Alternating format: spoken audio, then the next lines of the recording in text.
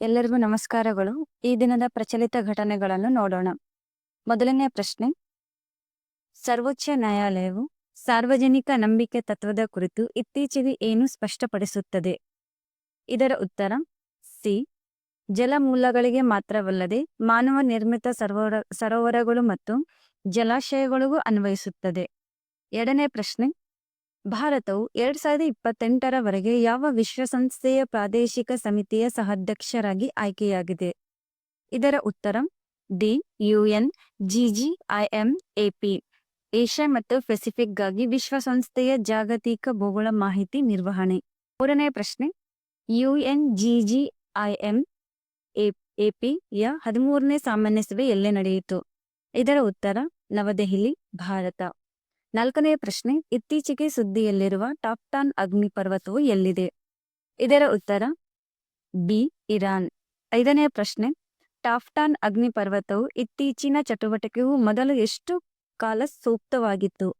ಇದರ ಉತ್ತರ ಸಿ. 7 ಲಕ್ಷ ವರ್ಷಗಳ ಕಾಲ. ಆರನೇ ಪ್ರಶ್ನೆ, ಆಧಾರ್ನೊಂದಿಗೆ ಆವಿಷ್ಕಾರ ಮತ್ತು ತಂತ್ರಜ್ಞಾನ ಸಂಘಟನೆ ಯೋಜನೆಯನ್ನು ಯಾವ ಸಂಸ್ಥೆ ಪ್ರಾರಂಭಿಸಿದೆ? ಇದರ ಉತ್ತರ ಬಿ. ಭಾರತೀಯ ವಿಶಿಷ್ಟ ಗುರುತಿನ ಪ್ರಾಧಿಕಾರ. ಏಳನೇ ಪ್ರಶ್ನೆ, SITAA ಯೋಜನೆಯ ಮುಖ್ಯ ಉದ್ದೇಶವೇನು? ಇದರ ಉತ್ತರ ಎ. ದೃಢೀಕರಣಕ್ಕೆ ಹೊಸ ಮತ್ತು ಸುರಕ್ಷಿತ ತಂತ್ರಜ್ಞಾನಗಳನ್ನು ಅಭಿವೃದ್ಧಿಪಡಿಸುವುದು.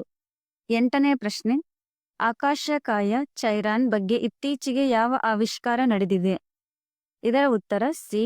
ಇದರ ಸುತ್ತಲೂ ಉಂಗುರು ವ್ಯವಸ್ಥೆ ರೂಪುಗೊಳ್ಳುತ್ತಿದೆ. ಒಂಬತ್ತನೇ ಪ್ರಶ್ನೆ, ಚೈರಾನ್ ಯಾವ ರೀತಿಯ ಆಕಾಶಕಾಯ ವರ್ಗಕ್ಕೆ ಸೇರಿದೆ? ಇದರ ಉತ್ತರ ಬಿ. ಸೆಂಟೌರ್ಸ್. ಹತ್ತನೇ ಪ್ರಶ್ನೆ, 6 ವರ್ಷಗಳ ನಂತರ ಚಿಕನ್ ಗುನ್ಯಾದ ಮೊದಲ ಸ್ಥಳೀಯ ಪ್ರಕರಣವನ್ನು ಇತ್ತೀಚೆಗೆ ಯಾವ ದೇಶದಲ್ಲಿ ದೃಢೀಕರಿಸಲಾಗಿದೆ? ಇದರ ಉತ್ತರ ಡಿ. ಅಮೆರಿಕ. 11ನೇ ಪ್ರಶ್ನೆ, ಚಿಕನ್ ಗುನ್ಯಾ ಮೊಟ್ಟ ಮೊದಲಾಗಿ ಎಲ್ಲಿ ಮತ್ತು ಯಾವ ವರ್ಷದಲ್ಲಿ ಗುರುತಿಸಲಾಯಿತು? ಇದರ ಉತ್ತರ ಸಿ. ದಕ್ಷಿಣ ಟಾಂಜೇನಿಯಾ 1952. 12ನೇ ಪ್ರಶ್ನೆ, ಹೆನೆಲ್ ಪಾಸ್ಪೋರ್ಟ್ ಸೂಚ್ಯಂಕ 2025ರಲ್ಲಿ ಭಾರತದ ಸ್ಥಾನ ಯಾವುದು?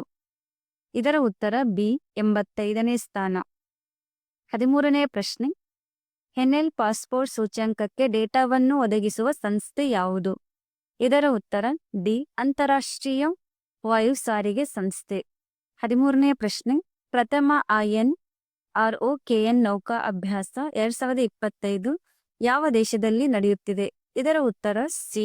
ದಕ್ಷಿಣ ಕೊರಿಯಾ. 15ನೇ ಪ್ರಶ್ನೆ, INROKN ಅಭ್ಯಾಸ 2025ರಲ್ಲಿ ಯಾವ ಭಾರತೀಯ ನೌಕೆ ಭಾಗವಹಿಸುತ್ತಿದೆ? ಇದರ ಉತ್ತರ ಎ. INS ಸಹ್ಯಾದ್ರಿ. ಧನ್ಯವಾದಗಳು.